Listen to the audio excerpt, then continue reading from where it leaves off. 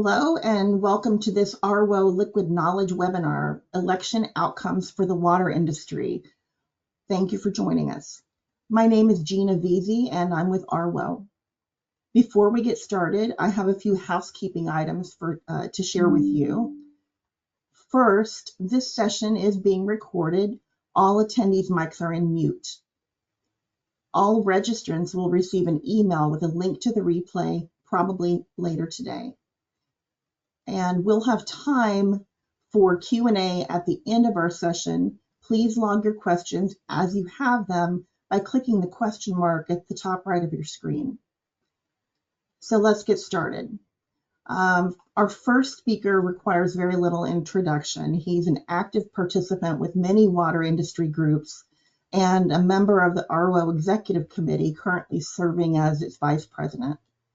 Of course, I'm referring to Glenn Marzluf. He's the general manager and CEO of Delco Water Company in Delaware, Ohio. Glenn is a licensed professional engineer and a Buckeye, having earned an engineering degree from Ohio State. So with that, I will turn it over to Glenn to get us started.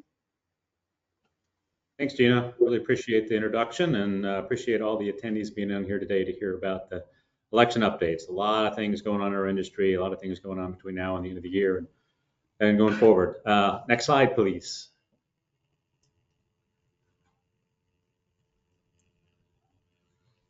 So ARWO, the Association of Regional Water Organizations, represents regional water utilities across the nation, and we advocate for regional solutions in DC and elsewhere. Next slide. So I'm not going to spend too much time on this, but Delco Water, as Gina said, we're a regional water utility serving in the northern part of central Ohio, the Columbus metro area. Fairly large regional utility serving about 175,000 population or so. Next slide. So we'll get right into the matter. What I'm going to do is give you a big, broad overview of the election results and how they may affect the water industry going forward. So obviously, every 4 years, people really focus on the presidential election, and a lot of focus leading up to it this year. Everybody knows Trump won the election. I personally was glad that the results were in pretty quickly. There wasn't a whole lot of concerns and challenges related to hanging chads or anything like that we've seen in the previous elections. We had a pretty decisive win. To the Electoral College. Next slide. One of the things that really impacted this election were the swing states, right? So as you can see, this is the 2020 outcomes. The blue states are how Biden performed in 2020, and Trump, I believe, swept all of the states this time. So the Electoral College, it was pretty much a one-sided victory. One of the things we did note throughout the election is that a lot of the areas within these states and other states that were Democratic strongholds still remain blue, but not as decisive as we saw in the 2020 election. Trump eroded the percentages quite a bit. Next slide. So all things being equal, the population of the U.S. continues to grow. So every election, we would expect to see more folks participate in the presidential cycle. We didn't see that this time. So, whether Trump inspired more folks to come out in 2020, and that's my particular position, is that there was a pretty inspired voting turnout that time. We didn't see that this time. So you take a look on the right there, and that's the total number of votes cast. And we saw significantly more in 2020 than we saw here in 2024. And if you see the popular vote, I was very surprised Trump took the popular vote. I was not at all surprised by the Electoral College. But you take a look and you see Kamala Harris's performance. She actually received more popular votes than Trump did back in the 2020 election. So the voter turnout, I think, really affected the overall outcomes of this election. Next slide. Next, we'll focus on the Capitol building and on Congress and how that changes in this election. Next slide. So over the next couple weeks here, Congress has got to get a couple things done before they go into recess. First and foremost, they need to fund the government. So either need to continue with some kind of continuing resolution to pass the buck into 2025, or else they actually have to approve a budget here in the next week and a half. And then there's still some thought that we might see a farm bill come along, and maybe that's something we'll ask Dan, my following speaker, whether he knows the status on that. But that's something that ARWO has been pretty heavily focused on, is the farm bill, and whether they're actually going to see get voted into the House or the Senate. Not quite sure yet. Next slide, please. So overall, the Republicans have taken control of both houses, the Senate and the House, along with the administration this cycle. They flipped 3 seats. The slide here you see says 4, but I think they're including the vice presidency, right? So going into this election, it was 50-50, but then any tiebreakers, the vice president, Kamala Harris, was the dividing vote. So it was actually 51-50 in favor of the Democrats. Well, we flipped several seats, including one in the state of Ohio, Senator Brown, one that we at the Ohio had called on quite a bit for many, many years. A long time, very successful, very strong Democratic senator was defeated in the election. Next slide, please. So there are 2 seats, one of which is the other senator from Ohio, J.D. Vance, who was just voted in here in the last 2 years. Of course, he's the vice president electee. So that seat's going to have to be refilled, and there's been a lot of scuttlebutt about who's going to be appointed to that position. So it's my understanding that the governor appoints Vance's successor, and then at the next cycle that is up again. And then Marco Rubio from Florida is been nominated for Speaker of the House. So assuming that's approved, and that's one of the less controversial appointments, in my opinion, that we've seen from Trump, that one is probably likely to happen. That will have to be backfilled as well. So we still have a couple Senate seats open that need to be backfilled. Next slide. Looking over to the House of Representatives, we actually saw the Democrats pick up 1 seat here, but it is still in favor very slightly for the GOP. They have a 220 to 215 advantage in the House of Representatives. Next slide. But the leadership within these, there's been a little bit of changes, right? So the Democrats remain the same. So the minority lead in the House is going to remain Hakeem Jeffries, and then in the Senate is Chuck Schumer. In the House, we're not sure whether Mike Johnson is continue, and there's a lot of controversy about him getting that spot, and a lot of infighting within the GOP to get that to begin with. So whether they can continue to support him going forward, I'm not quite sure. Maybe that's something we can ask Dan Hartnett too. And then John Thune has already been taken over the lead of the majority in the Senate. So that's already happened. Next slide. Going down into the state results, not a lot of changes here. Republicans control 27, Democrats 17 states when it comes to the legislative branches of the government. Michigan did flip, at least in the House, it flipped from Democrat to the GOP. Minnesota now is dead even. The Democrats controlled that before, so that's dead even. And the Democrats did get a couple seats in the North Carolina House, so they no longer have, the GOP no longer has the supermajority to override vetoes and those type of things. Looking forward at the governor's positions, we had 11 races, and none of them were competitive at all. They were all landslide victories.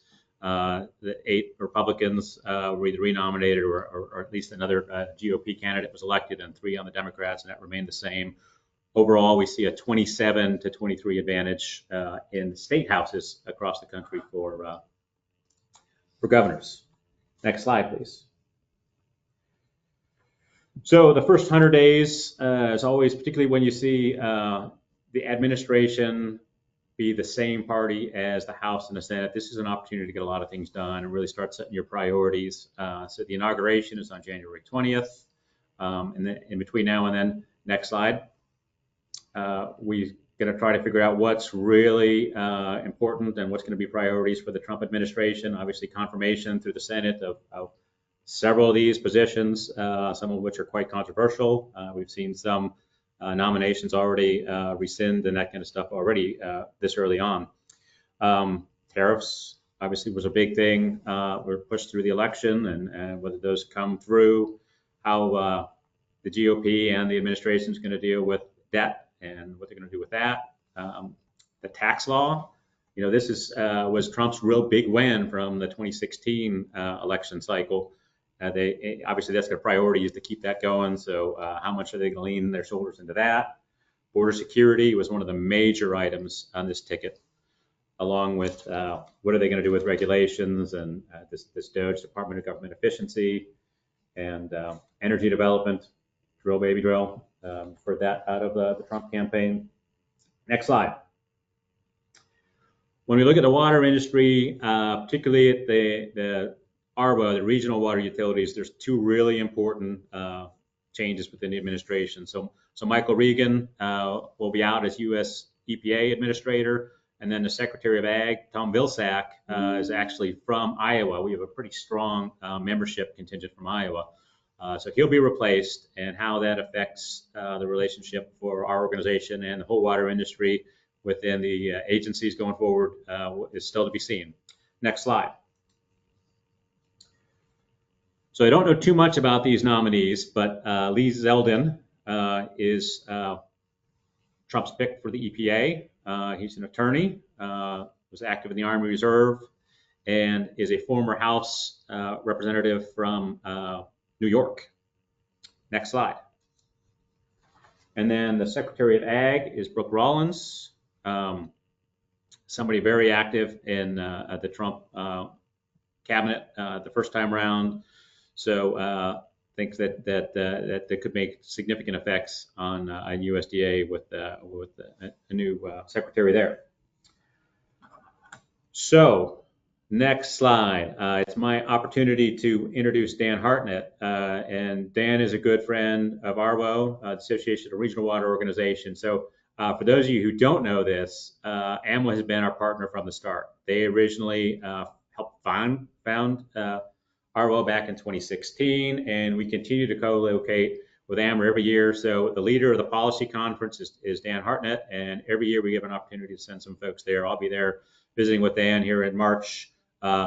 One thing, so obviously election results and policy changes is a big priority topic right now, and Dan actually has back-to-back webinars, right? So he's got another one at 2 o'clock. He's going to have to drop off early, but we really do appreciate his time here today.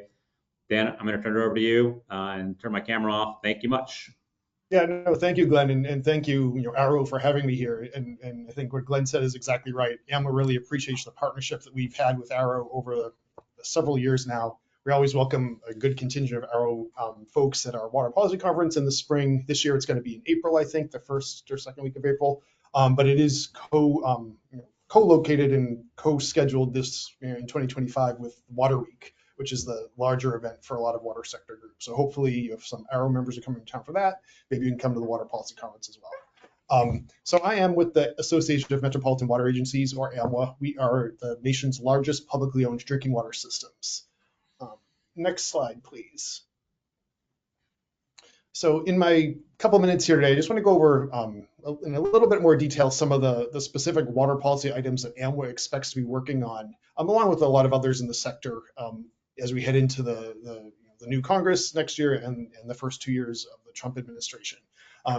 Some of the things that stand out to me and that AMWA is paying a lot of attention to is, number one, the status of lead and copper rule improvements, whether Congress or the administration will take some action to maybe roll those back. Similar question for the PFAS MCLs that were finalized under the Biden administration, and which are currently subject to a lawsuit that will likely be decided next year and could potentially give the new administration an opportunity to revisit some of those regulations. And then fluoride, really, I think, a wild card issue that emerged on the scene when RFK Jr. Became an advisor to the Trump campaign, and now that he's in a position to potentially be leading the Department of Health and Human Services, and certainly will have a platform in the administration to affect policy on fluoride. I think that's something that we're going to be watching very closely as well. But I'll get into all of those in a little bit more detail. Next slide, please. So just to start off with some regulatory impacts of the new administration coming in, I think it's very likely that on January 20th, on Inauguration Day, the Trump administration will put in place a regulatory freeze. that basically pauses work on pending regulations and even tries to pull back some recently finalized regulations that have not yet taken effect. This is pretty routine for incoming presidential administrations. It's very similar to what the Biden administration did when it came in 2021 and put the brakes on a number of pending or recently finalized Trump administration regulations. So in terms of regulations that we're following that we think could be affected, one that I think has at least some tangential impacts on the water sector is the OSHA heat standards for workers. I think those are things that are the type of thing that I would expect to see the Trump administration pull back and possibly have OSHA not do that regulation at all. EPA's drinking water regulations for PFAS will be outside of the reach of regulatory freeze, but like I just said a minute ago, sometime next year, a federal appeals court is expected to rule on the lawsuit that was filed by AMWA and AWWA that challenged the legality and really the development of those standards. So if the court rules in favor of AMWA and AWWA, one potential outcome could be that the regulation is remanded to EPA for reconsideration. So it's very possible that the Trump EPA would have a chance to either revise the PFOA and PFOS MCLs, or even decide to reverse the determinations to regulate some of the other hazard index PFAS that were also part of that regulation. So that's something that, because of the lawsuit, because of the outcome of the election, there's a chance that those that we haven't heard the last of developments on the PFAS standards. Next slide, please. So outside of that topic, the LCRI, lead and copper rule improvements, is another notable regulation that I think could be impacted by the change of administration. So EPA finalized the LCRI in October, but because it was finalized so close to the end of the congressional session, it's vulnerable to a repeal through something called the Congressional Review Act, or the CRA. And the CRA is basically a mechanism that Congress can use to reverse recently finalized regulations. I won't get into the whole process, but basically at the start of a new session of Congress, lawmakers can pass legislation by a simple majority, and that's important. It's not subject to the filibuster, but just a simple majority on CRA legislation that not only strikes recently enacted regulation from the code, but also bans the government from ever promulgating a substantially similar regulation in the future. So Republicans in Congress did this more than a dozen times to reverse Obama regulations in 2017. And like I said before, Democrats reversed a number of Trump administration regulations when they came in 2021. So there is every indication that Congress plans to target controversial Biden regulations early next year with the CRA. So I think the LCRI, again, is the most notable water-related regulation that could be subject to the CRA. And if this were successful and it passed Congress, the legal result would be that it would be as if the LCRI never happened. And the federal code would revert back to the LCRR, lead and copper rule revisions that were promulgated in the closing days of the Trump administration. There are many differences between the LCRR and the LCRI on policy, things like the action level, public notice requirements, filter provision rules, and sampling methods, to name a few. But certainly the most notable difference is the 10-year lead service line replacement mandate that is part of the LCRI. So if the LCRI were struck from the code by a CRA, this 10-year replacement mandate would disappear, and systems would be required to just replace at least 3% of their lead service lines per year if they trip the 15 parts per billion lead action level. So I know that at least among AMWA's members, there have been some concerns about the efficacy of really hitting that 10-year replacement mandate. So repealing that regulation could be an opportunity to address some of those concerns. But we also have to be aware that the Congressional Review Act is really a blunt object. Congress can't pick and choose just portions of a regulation to repeal and leave others in place. It really is striking the entire thing. And then again, also putting in place that mandate that a similar regulation can never be put in place. So a lot to think through in terms of what that might mean for future lead service line replacement policy. So I do expect the LCRI will be on the list of options for the CRA that Congress considers early next year.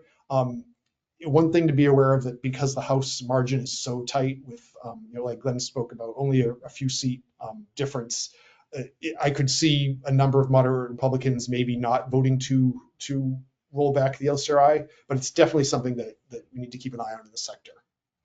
One final note on the LCRI is I also would not be surprised to see some group in the water sector or among state attorneys general challenge the LCRI in court, similar to how AMWA and AWA challenged the PFAS standards.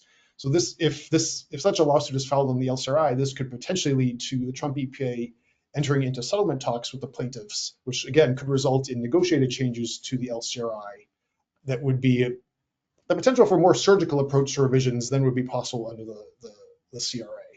So again, a lot to keep track of, and there'll be more clarity in the coming weeks as we pass the deadline for lawsuits to be filed on the LCRI and we start to hear more about what the Trump administration's plans are on policy. Next slide, please. So fluoride, another big thing I wanted to get into, and there are several moving parts on this issue with the incoming administration, like I said at the beginning. First, you may be aware, you probably heard in the news, in September, a district court judge in California ruled that EPA must regulate fluoride under the Toxic Substances Control Act, or TSCA. This suit was brought by an NGO that opposes water fluoridation. So by January, EPA must decide whether it's going to appeal this ruling. If it does not appeal, then that gives the new administration really a path it could undertake to do a TSCA rulemaking that could go as far as banning the use of fluoride in commerce, at the extreme. This is interesting because like I said before, we've heard the commentary of RFK Jr. on his views on fluoridation and President-elect Trump's apparent openness to going along with some of those recommendations. So as HHS Secretary, RFK Jr., if he were to be confirmed, would certainly be in a position to influence the government's perspective on fluoride in water. So certainly HHS has no regulatory authority over drinking water systems regulated by EPA, but a recommendation from CDC to stop fluoridation would certainly carry a lot of weight in communities across the country. There's also several other options the administration could take if it wanted to get more aggressive on fluoride regulation. So for example, the president could issue an executive order early in his administration outlining some kind of policy on fluoride. I don't know exactly what that might look like, but theoretically, they could get creative and do something like barring federal government offices from paying for fluoridated water, which would sort of put informal pressure on individual communities to stop fluoridating their water. It's complete speculation, but that's the kind of thing that the executive order could do to try to drive national policy. Another option is that the EPA administrator could potentially use their emergency powers under the Safe Drinking Water Act to force communities to stop fluoridating water. Or like I said before, EPA could move ahead with regulating fluoride under the Toxic Substances Control Act, consistent with the judge's ruling. So there's a number of actions that could be taken here. So as a first step, we're watching closely to see if the Biden EPA does appeal this California ruling first. And appealing would indicate that the current EPA wants to continue to promote adding fluoride to water. But of course, that wouldn't give us much insight into the degree that the new administration will go in either changing that perspective or going beyond it. Next slide, please. And so finally, I'll just close with a few observations about how the new landscape could affect some of AMWA's other water policy priorities on the Hill. I know we've already heard about what the election means for some of these topics, so I'll try to be brief. One AMWA priority that would be impacted is our advocacy for a permanent federal low-income water assistance program, or it's called LIWAP.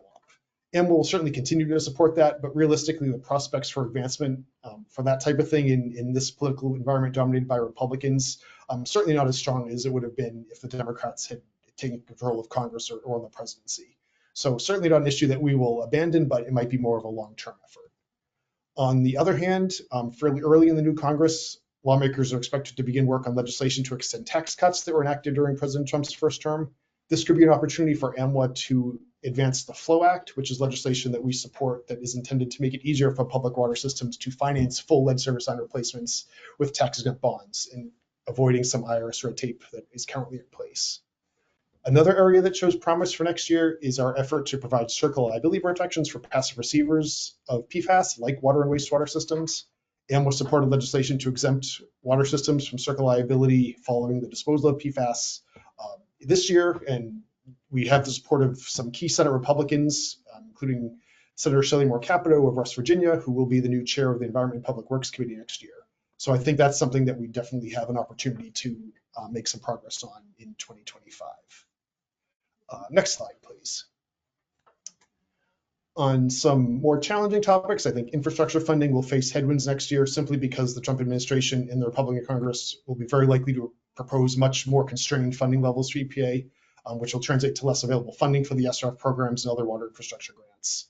The timing of this is difficult, also because the enhanced SRF funding from the bipartisan infrastructure law, which provided an extra $50 billion for water infrastructure over 5 years, that expires after the 2026 fiscal year.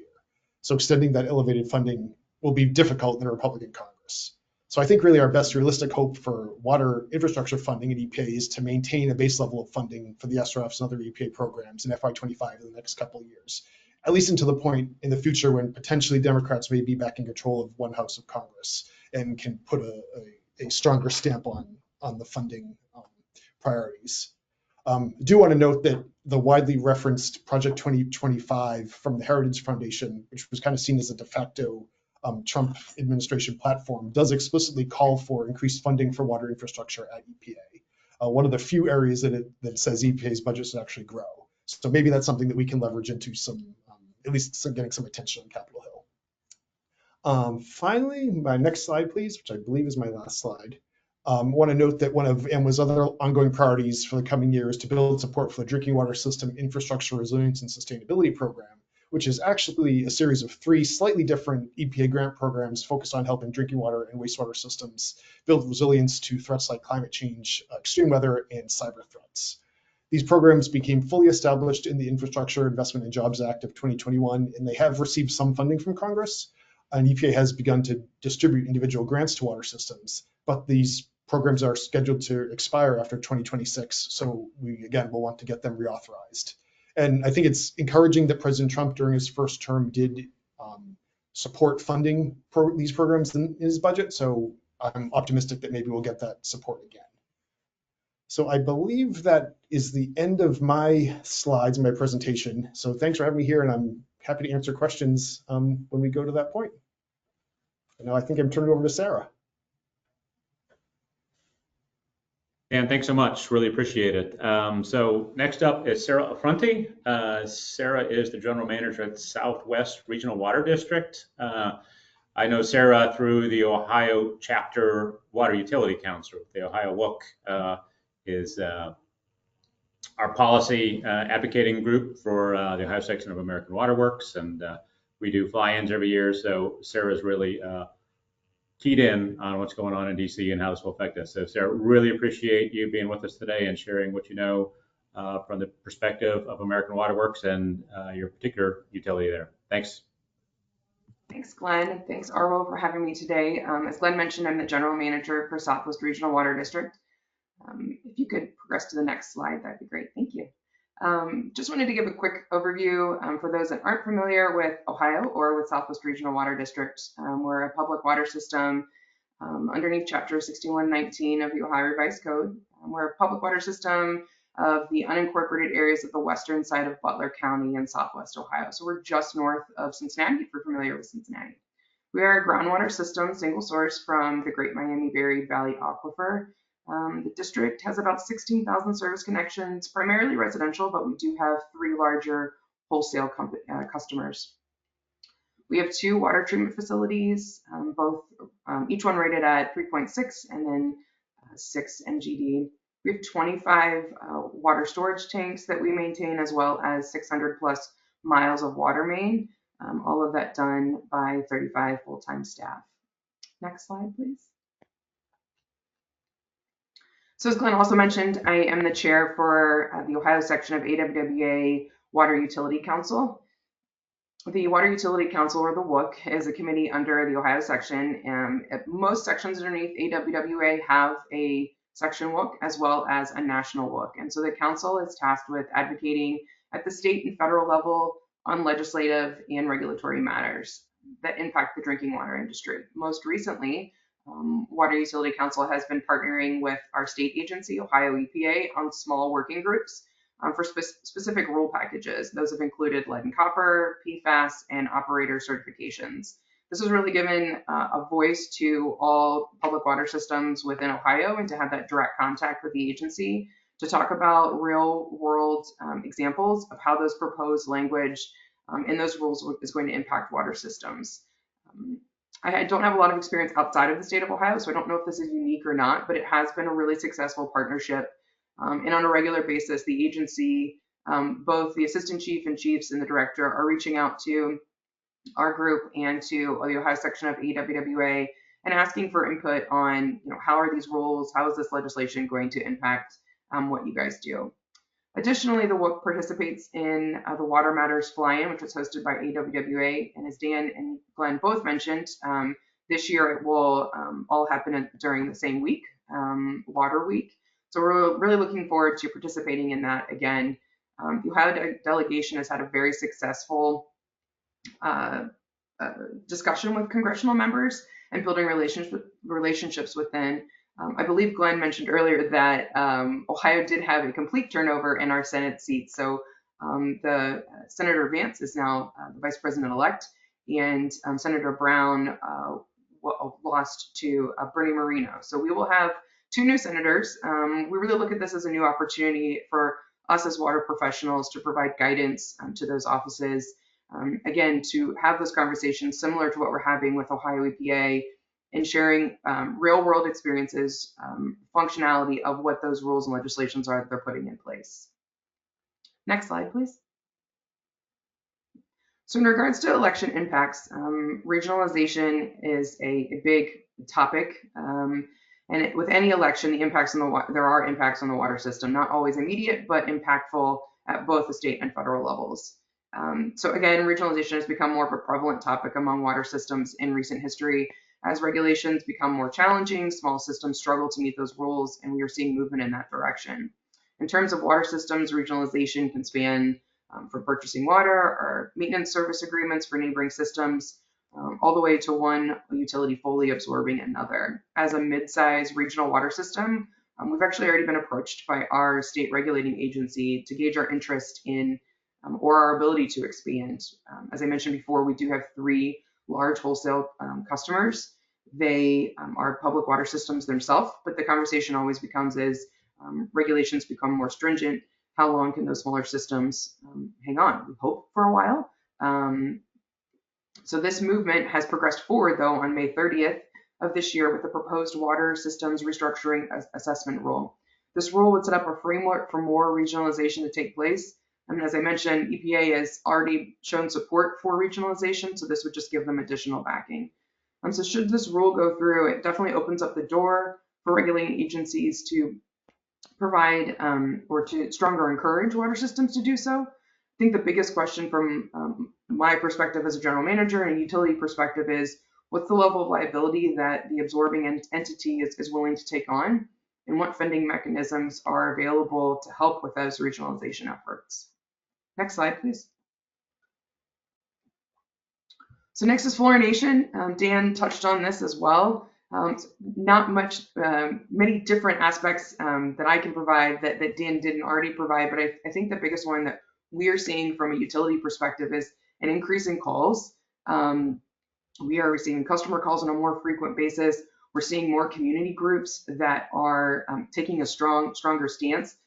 It seems like they, with the President-elect's nomination for the Secretary for Health and Human Services, they may see some alignment with that secretary and feel an opportunity to make potential change. So I know that we are seeing more community groups that are voicing their opinions at public meetings, as well as urging public officials to change course in this.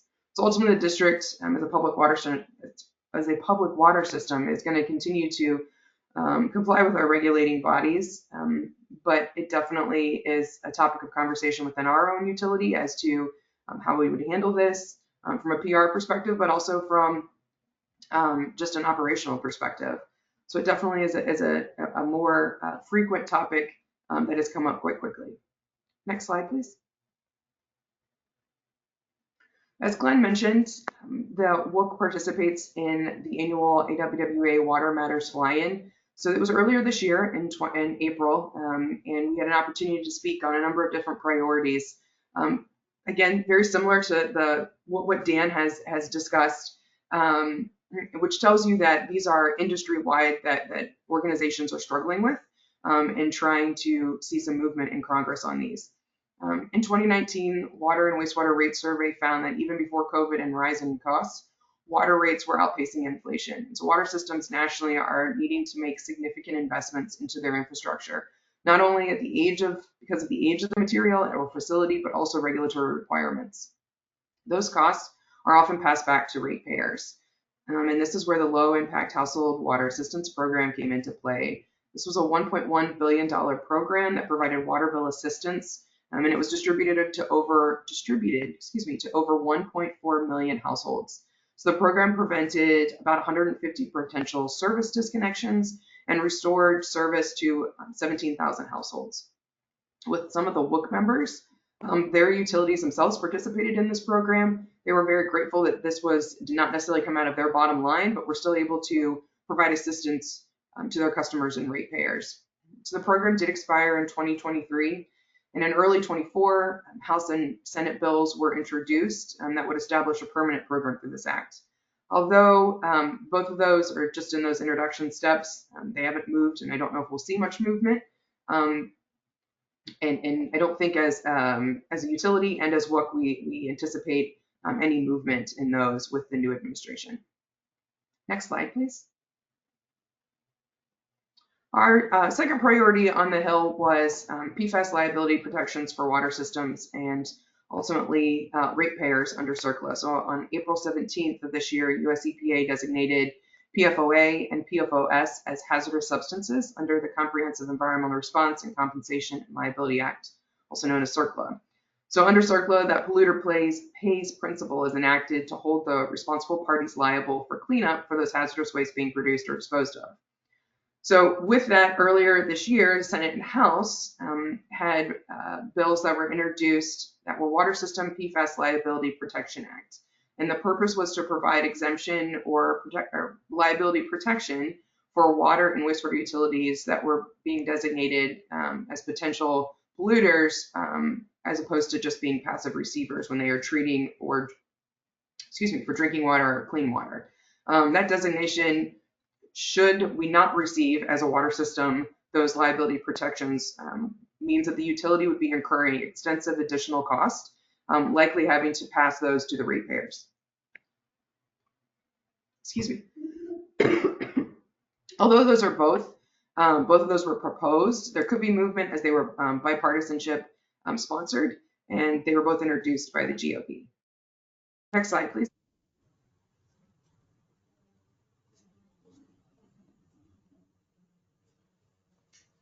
So the increase in cybersecurity threats to critical infrastructure continues. Water and wastewater systems have been big targets for these, for cyber criminals. The industry has been pursuing for a number of years a co-regulatory model for a solution to how cybersecurity can be monitored within water and wastewater industry.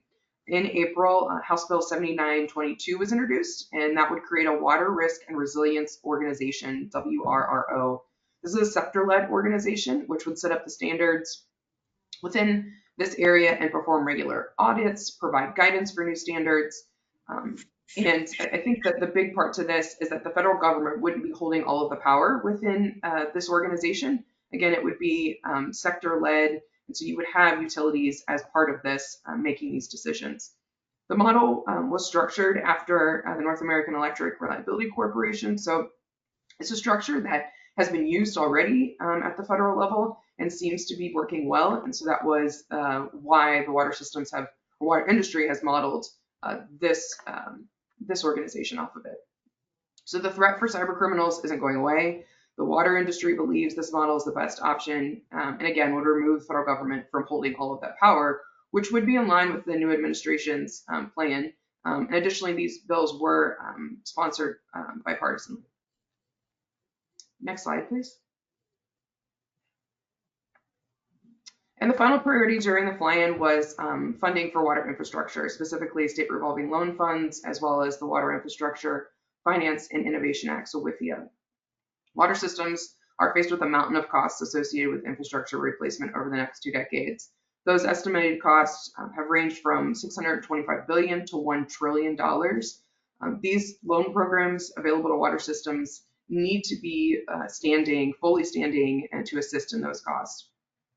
So the conversation with congressional members that was had at the fly-in, and I fully believe will be the same this year, is to fund the SRF and WIFIA programs at 100%, and to address the concerns of congressional directive spending or earmarks. While some drinking water systems have benefited from these practices, it does take off funds from the SRF pot, and that's why it is so important that these are funded at 100% if those practices are going to continue.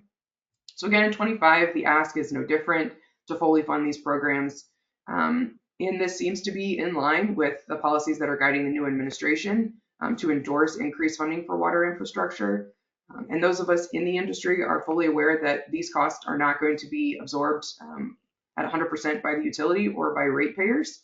We are going to need assistance with this. The mountain is tall, and so I think this will be not a priority for just this year, but in subsequent years as well. And with that, I will pass it back to Glenn. So thank you.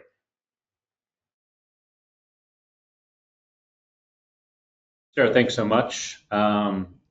Really appreciate the perspectives that Dan and Sarah brought to us, some big picture stuff. We're going to start a Q&A session here in just a second. I'll bring Gina back on, but I do want to start it off myself if I can. One of the things that's unique to what the Trump administration is talking about is this Department of Government Efficiency, DOGE. They've got a couple of multi-billionaires that are supposedly helping with this, but a couple specific things that I have questions for, particularly for Dan. I think he's probably a little bit closer to the agencies on this. But one of the budgets that we saw last time Trump was in office, they had zeroed out the RD, the Rural Development Program of USDA. Now, this is a really important program for regional water systems.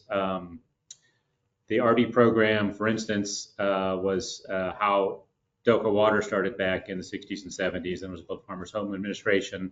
And it's a set of funds that work outside incorporated areas. And question is, one, do we see the RD program possibly, is that really in jeopardy? And then before I turn it over to you, the other thing is US EPA have really added some additional staffing. For instance, at Doka Water here just a couple weeks ago, we had a US EPA audit, not the Ohio EPA, not the state primacy agency, but US EPA through some of their regional staff had come in and done an audit of AWEA. And those positions that are doing these audits across the nation, I think were all added with the last administration. And the question is, do you have any feeling for either the RD program, which is really essential to to ARWO, and also the US EPA, those particular positions? Do you think those are in jeopardy with the new administration? Yeah, that's a great question, Glenn. And there's always a lot of uncertainty when the new administration comes in. They start to outline their priorities. One thing I think it's always very easy for an administration to do at the presidential level, whether it's Democrat or Republican, it's very easy to propose dramatic swings in spending, whether it's dramatic increases or dramatic decreases. That's almost a hallmark of every president's budget that comes out every spring, every February, March timeframe. It's their vision for if they had a perfect world in their mind, how they would reshape the government, and that's in the budget they send to Congress. So that's the place where you'd be likely to see deep cuts to EPA, starving the administration of funds to have staff, cutting specific USDA programs. To the extent those align with the incoming president's policy vision, you'll see them maybe in his budget. It's much more difficult to get Congress to go along with some of these dramatic changes, even when Congress is aligned with the administration like they will be next year. There's a recognition among members in Congress and from all across the country that a lot of these programs do a lot of good on the ground in their districts, and whether they just employ people in their districts or they serve utilities in the districts or they help facilitate getting money out to individual communities, it's a much tougher sell to get both chambers of Congress and their appropriations committees to agree with this with really dramatic levels of cuts and eliminating programs that are still doing a lot of good in communities. I think it's also worth noting here is that even with the Republican majority in both chambers, number one, in the House, it's very narrow. So if they were going to pass a spending bill, either for USDA or EPA or any other agency that was going to take some controversial actions, it only takes 2 or 3 or 4 Republicans to vote against it, and that blocks the entire bill. We saw a lot of this past Congress. Even when the Republicans had a very, very slightly larger majority, they had a lot of trouble getting through their appropriations bills through the House because they couldn't get all their members to agree with all the cuts. And in the Senate, the appropriations bills are subject to the filibuster. So the Republicans only have a 53-seat majority at best once the vacancies are filled in Florida and Ohio. So it's going to be difficult to get 7 Democrats to go along with cuts of across the board that are impacting these programs that, again, they're seen as having a lot of value in local communities. So I guess my takeaway message will be, we'll see some really things that may be seen as scary proposals in terms of the budget, of really dramatically cutting agencies and programs. But as it plays out over the course of next year, I think most likely outcome will be somewhat closer to the status quo. Maybe certainly a tight budget environment, certainly not a lot of growth, but it would surprise me to see dramatic reductions and really wholesale wiping out of authorized programs that Congress has a track record of funding. Then you mentioned to DOGE. In terms of DOGE, that's another wild card. This is it has no official capacity in the government. It is an advisory panel.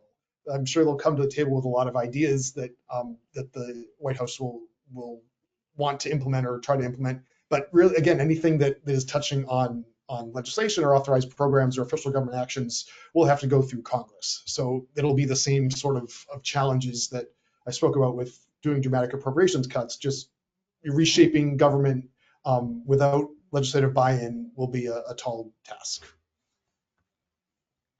I really appreciate the perspective, Dan.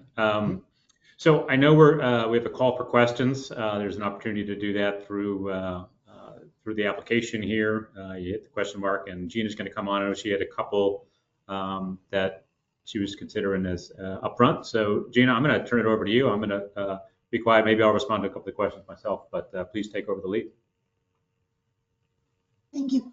Excuse me. Thank you, Glenn. So we do have some questions, and as a reminder, if you have a question for our panelists, please click on the question mark at the top of your screen, and it'll come right to me. And if we don't get to your question today, we're going to try to get to them all. But if we don't, we'll try to get back to you by email with an answer. And Dan, because I know you have to leave a few minutes early, and I think we promised you 15, so can you stay with us just a few minutes to answer one? Yeah.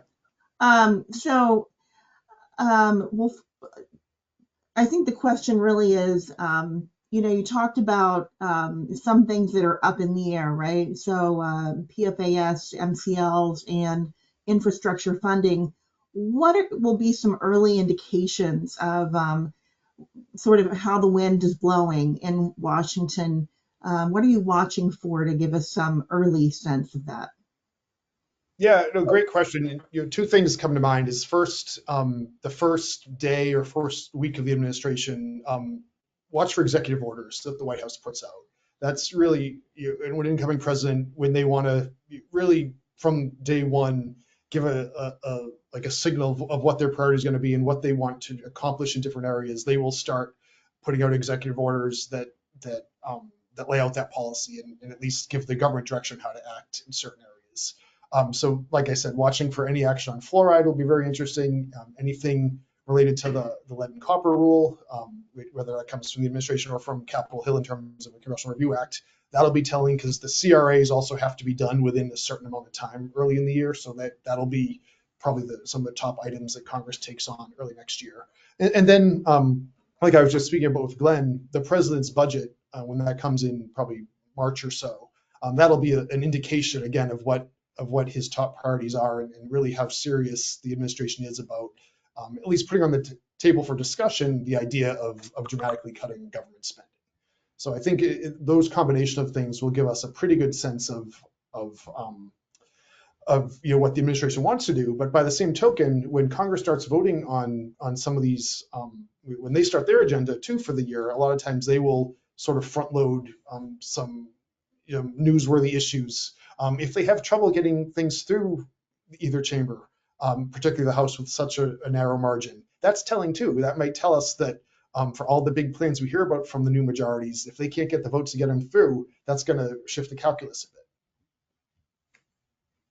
Okay, great. And just very quickly, Farm Bill, anything in your crystal ball on the Farm Bill? Yeah, I mean, we're running short on the calendar for this year. Congress is here the rest of this week and next, and that's probably it. I know, one of the things that Glenn covered was the continuing resolution to keep spending going is a must-do before Christmas. My sense is that it's most likely Congress will probably stick a one-year extension of the Farm Bill onto that CR. probably, I mean, unless something changed very quickly and they got consensus on a whole a new 5-year bill in the next couple days, I think punting through an extension is the most likely outcome. Even if they did, I mean, this is a place where the calendar comes into play. Even if they did tomorrow reach agreement on a bill between the House and Senate, they still have to get it scheduled on the calendar. You still have to use 4 time to vote on it and debate it. So as the holidays and the jet fumes are getting into members in their consciousness, it at some point it becomes easier just to punt it till next year and say we're going to do a 1-year extension. Okay, great. Thank you. And I know you need to drop, so if you need to go at this point, I have a couple of questions that have come in for Sarah. So okay, yeah, I'll stick around for another minute, but then I do have to drop. So thank you for having me. Yes, thank you. So Sarah, we have a couple for you, I think. So as a, it's hard to say the word rural. As a rural regional utility, what's the number one concern that you have as the new administration really steps into office, and also what's the greatest opportunity? Yeah, thanks, Gina. I would say that they're probably the same, and that's funding. I think that our greatest concern or challenge as we look forward as a mid-sized rural utility, regional utility, is how are we going to pay for the infrastructure improvements that we know are down the line.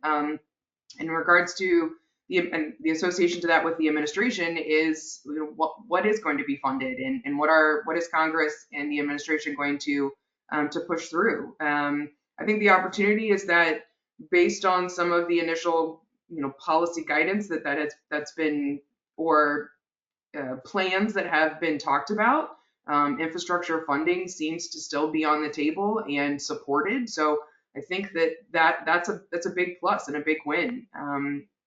Not only large systems, but small systems are going to need those funding opportunities, whether those are grants or low interest loans or principal forgiveness loans.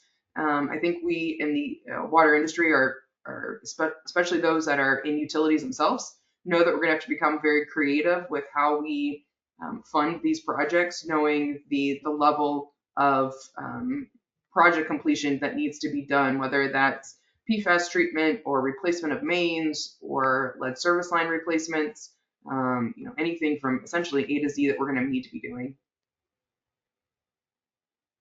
Great. So, sorry, go ahead. Oh, I heard someone jump in there. So we have one more question here, and that is for Sarah also. How likely is your utility to regionalize with other utilities, and would or could the state agencies pressure systems to regionalize? Yeah, I spoke a little bit during my section of the presentation. Those are active conversations that we have with our state primacy agency right now. Again, as a mid-sized regional utility already, who services wholesale customers that are other public water systems. The question always becomes at what point are they no longer meeting compliance, or are there take us out of it. Let's talk just in general. Are there other smaller systems that may not have connections to larger systems, but need to have those interconnections so they can be regionalized because they're not able to have compliance? I think it's a potential, and it may not be in the first, it may not be in a year or 4 years. I think realistically, it's more of a 10-year concept for us, but 10-year concepts are in planning right now, really. Or 10-year implementation, those concepts are being talked about right now, essentially. We have those conversations because we know that the EPA is talking about it. They have funding opportunities for those that are interested, so they obviously are supporting it. So I think it's definitely a likelihood, again, not in, I'd say, 1 to 4 or 5 years, but more of a 10 to 15-year look. Okay, I'm going to turn it back over to Glenn to close us up, and we have one more slide to tee that conversation up. Okay, Gina, thanks so much. Dan, thank you for participating today. I see you just dropped off there, but we're really thankful for that relationship with AMWA, and Dan, we'll be seeing you soon. Have a great holiday. Thanks again for being here. Thank you. You too. Thank you. Sarah, thanks much to you for participating in this. You really know how to articulate the challenges that we see on the Hill. You know, big picture for me, I've been doing the fly-in, not just for American Water Works, and, you know, we're not an AMWA members, but we've been going to that conference for years, but for over a decade, and we really worked hard for many, many years to get the major infrastructure bill, that bipartisan infrastructure law. And where are we going to go next? We've got that in place. Is there a realistic chance of it not going? And then I really think these industries like these groups like ARWO and AMWA and American Water Works really need to start really thinking about what's realistic for our next ask there. To close out today, can we go to the next slide? Let's see. No, keep it on that slide. Don't go to the next slide. Keep it on that slide. We have our ARWO Summit coming on. This is our annual event. This year we're holding it in St. Pete Beach, right in the Tampa region there, January 27th, 28th, 29th.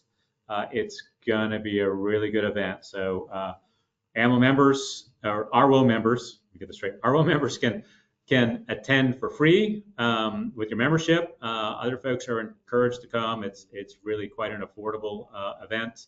We'd love to have you there and talk through regional issues, but they're not just regional issues. We're covering all across the gamut.